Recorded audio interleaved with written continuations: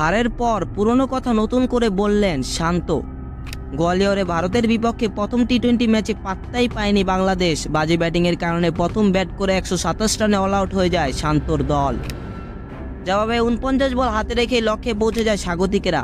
Match শেষে সেই batting ব্যর্থতা নিয়ে প্রশ্ন উঠেছে, আর টাইগার অধিনায়ক শান্ত পুরনো কথা ঘুরিয়ে ফিরিয়ে নতুন করে বললেন, কোনো সিরিজ ব্যাটিং ব্যর্থতায় ব্যাখ্যা দিতে গেলে অধিনায়কেরা দেশের মাটির উইকেটের দোষ দেন, কারণ বাংলাদেশ যে পিচ তৈরি করা হয় তা 140 থেকে 150 রানের জন্য। আর ব্যাটসম্যানরাও জানে এই রান কিভাবে করতে হয়, তবে আরও বেশি রান কিভাবে করতে হয় তা বাংলাদেশের ব্যাটসম্যানরা জানে না, এমনটাই বলছেন টাইগার অধিনায়ক।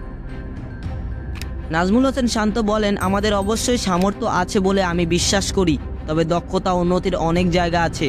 আমি যদি গত 10 বছর দেখি, আমরা এই রকম ব্যাটিং করে যাচ্ছি, মাঝে মধ্যে হয়তো ভালো ব্যাটিং করি।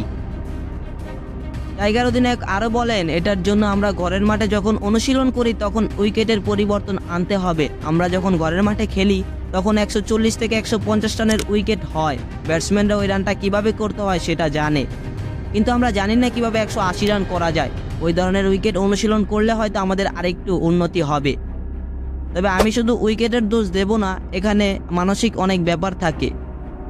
ব্যাটিংটা ভালো হলে ভাগ্য বদলাবে, এমনটাই মনে করেন শান্ত। বাংলাদেশের অধিনায়ক বলেন, আমরা এর চেয়ে ভালো দল।